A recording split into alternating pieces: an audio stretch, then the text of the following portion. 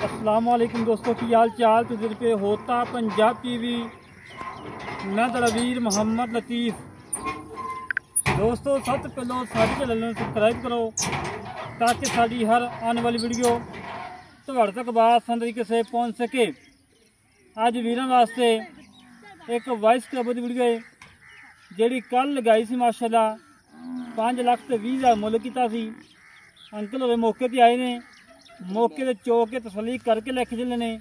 Uncle ने नहीं कहा कि 5,10,000 ही कर लो, 5,20,000 की पहुँच देन लगे हैं। झोटी चंगी है माशाल्लाह, नस्ली है।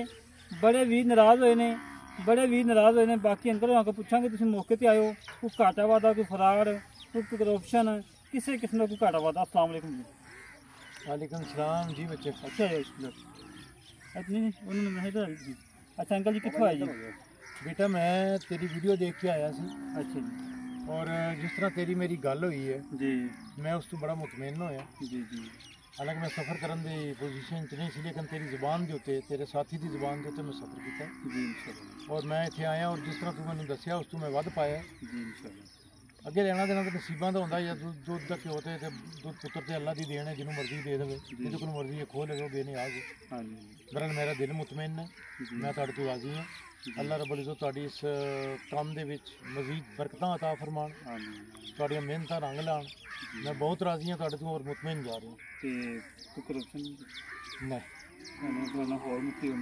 नहीं कोई गल नहीं, सामने बिठा के मालकां नाल गल कराई है, सामने नोट गिन के मालकां नूं दित्ते।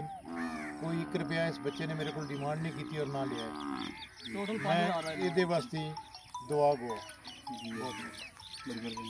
ठीक है। तो तुम खुश जा रहे हो, खुश हो? ला दोस्तों भाई ने गल्लां सुन लियां ने। ना कभी किसी को मंगे ना मंगने की लोड़ है, अपनी खुशी ना कोई दे दे, वो कोई मसला नहीं होता। बाकी जेह्ड़े वीर नूं सारा काम पसंद आए साढ़े नाल रबता।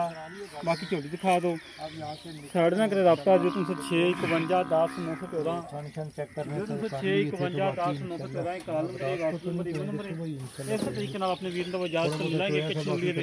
पाकिस्तान अल्लाह ने निगहबान पाक आदमी जिंदाबाद जी।